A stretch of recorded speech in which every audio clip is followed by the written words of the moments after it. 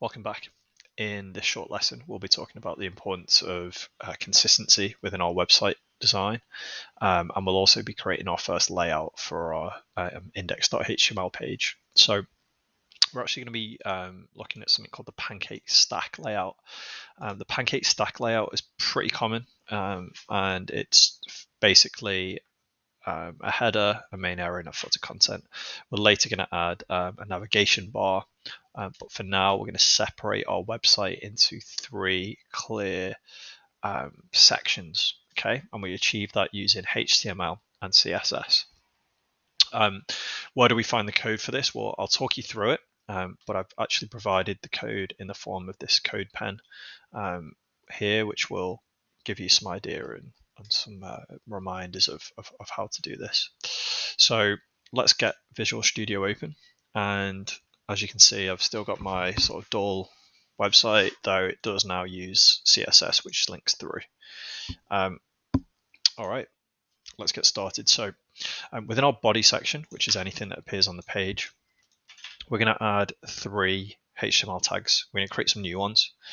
So we're going to have a header tag. We're going to have a main tag. And we're going to have a footer tag.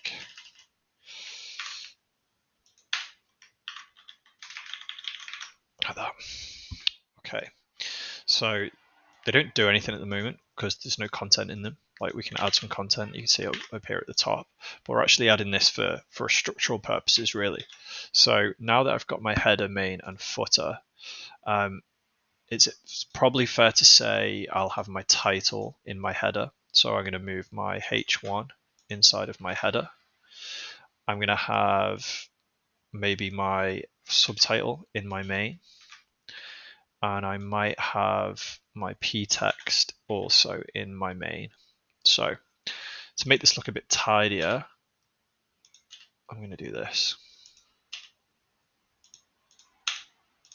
Paste in my p text like that. And then in my footer, I might have something like made by Andrew. Okay, so that would be p text. That's why it's not coming up in a nice font. And I'm going to add a little emoji. To do that, I hit the Windows key and hit full stop. So the shortcut's Windows key, full stop. So I'm going to use this little wizard guy. There we go, made by Andrew Font. So as you can see, it doesn't change anything at the moment, but what it does give us is a structure to work with within our CSS. So what do we need to do in our CSS? Well, over in here, like we added styles for H1, H2, and P, we're going to add some styles for the header, the main, and the footer. Okay, so what do we need to do? Well, we're going to use something called CSS grid. So if I reopen this, we'll see what happens. So in the body, so in the parent or the main page, we're going to have a property called grid.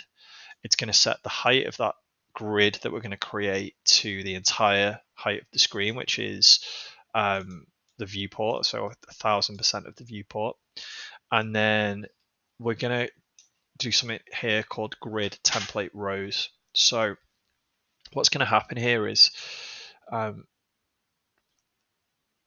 this row and this row, the first row and the third row, are going to automatically adjust to the content that's within the page, within those areas, sorry.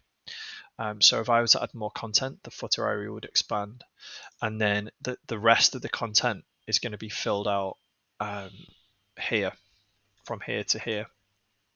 Now, we can add that now, so we'll add those three lines first. So display grid, height, and grid template rows. Let's add that now. So we'll do that here. So display grid.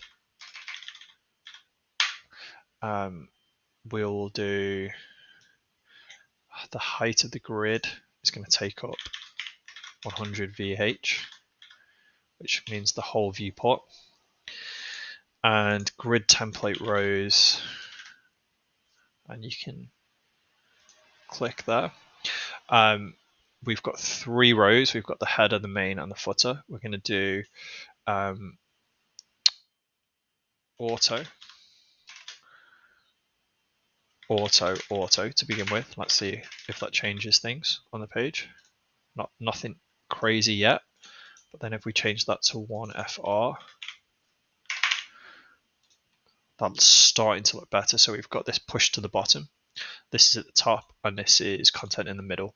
So if I was to continue to add, so if I save that for now and I continue to add content inside of my main, so if I say copy and pasted the same text and added it, you can see that it's in the right spot.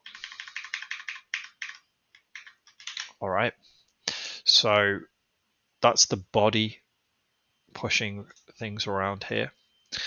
The next thing we need to do is think about, well, let's change the background colors and clearly define these areas. So we've got some nice, easy pieces of CSS that we can do. So a header might be, say, black. So we can do background color. Let's do black. So we can see that there. The main background color would be, let's say, red. And then the footer color might be black as well. Now, obviously that looks absolutely disgusting, but I would advise you guys to pick a color scheme that you think is nice. So for color schemes, you can look up the color palette website,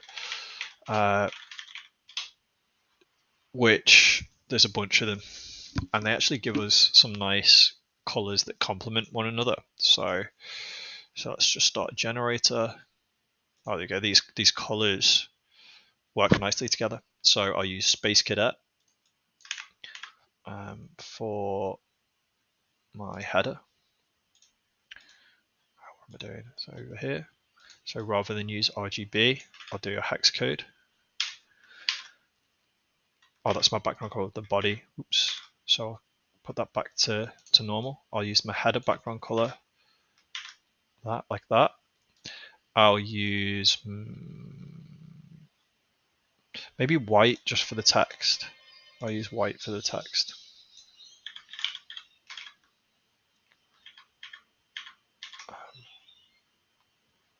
It's the H1 text, isn't it? So I'll use white here. There we go. I'll use white for the H2 text.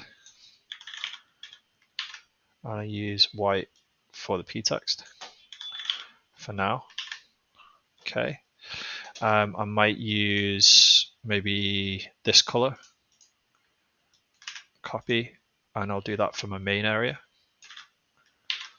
And then I might go back to this background color for my footer. So I've got a little bit of consistency there. Okay.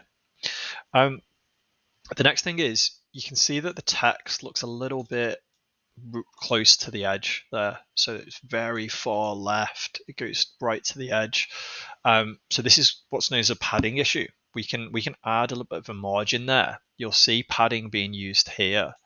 So let's see what happens if I did some padding in the main area. So if I added padding here and I said padding left, what did the other one use? REM. 200s, obviously 100 slots. So 1 REM. Okay, that looks much better, just like that. So if I increase the size of the page, yeah, that looks good. So let's use 1 REM. So padding left 1 REM. Oh, that's in the body again. Keep doing that. We want it in our header, and then we'll do it in the footer. Okay, so that's quite nice.